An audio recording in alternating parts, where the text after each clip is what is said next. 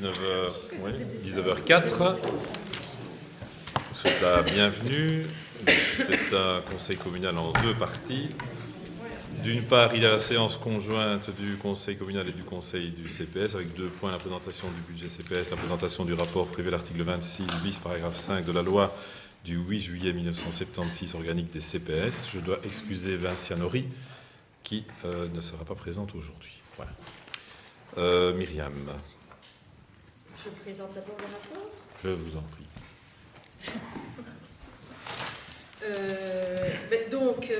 Présentation du rapport qui porte en fait relatif aux économies d'échelle et aux suppressions de double emploi. Les choses n'ont pas changé évidemment, puisque en termes d'économies d'échelle et de suppression de double emploi, vu que l'on travaille conjointement avec la commune, on veille effectivement à maximiser, je dirais, les économies d'échelle. Alors, dans quels termes, je dirais, se traduisent-elles ? Les bureaux du CPS sont abrités par l'administration communale, donc on n'a pas de charge locative, on a une bureautique qui est partagée en termes de photocopie, de serveurs, de téléphone, etc. On partage évidemment tout. On n'a pas de frais, nous, en ce qui concerne l'entretien des locaux. Alors, pour ce qui est des services extérieurs, la MCAE, qui est gérée par le CPAS, occupe des bâtiments de la commune, c'est-à-dire les bâtiments à odeur, pour lesquels nous ne payons, et nous n'avons d'ailleurs jamais payé aucun loyer.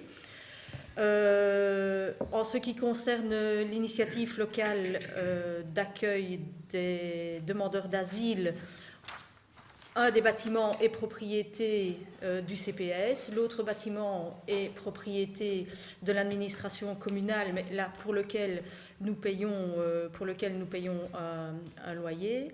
Nous partageons le receveur communal, c'est-à-dire que Madame Wartmann travaille pour les deux services.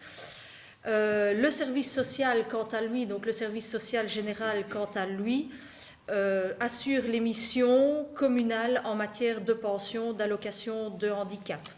Les services communaux collaborent étroitement avec le CPAS, puisque nous bénéficions, je dirais, de la main-d'œuvre des ouvriers quand nous en avons besoin.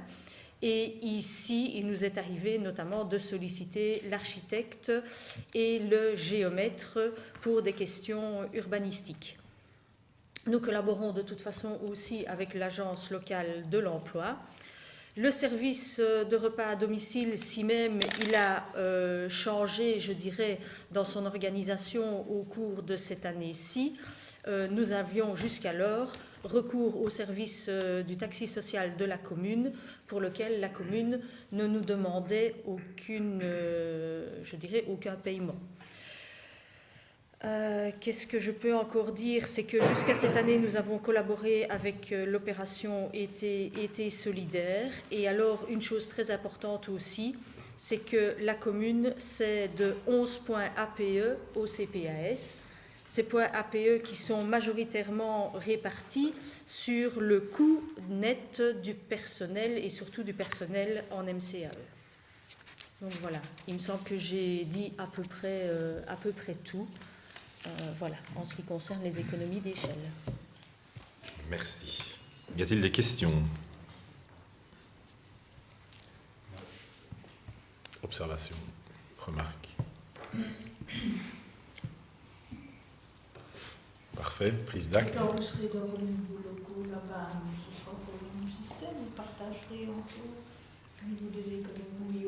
Nous partagerons de toute façon encore le receveur, le réseau informatique sera de toute façon encore le même, donc nous aurons le même serveur. En ce qui concerne les ouvriers communaux et la mise à disposition des ouvriers quand nous en avons besoin, il n'y aura pas de changement non plus. En ce qui concerne l'architecte communal non plus. Et les locaux les locaux, nous partagerons les locaux avec la commune. Avec la commune aussi. Voilà. Ok. Merci pour ce rapport complet, Madame la Présidente. Bonne année 2017. Merci. Vous restez avec nous. Monsieur Combien, moi je reste avec vous. Oui. Voilà, rien d'autre? Moi non. Le budget, on le fait. Oui, c'est plus loin. C'est plus loin, ça. Ouais. C'est en point 15.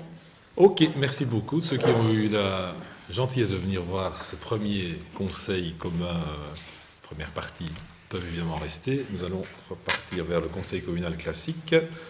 Ceux qui veulent nous quitter, je vous laisse un peu de temps.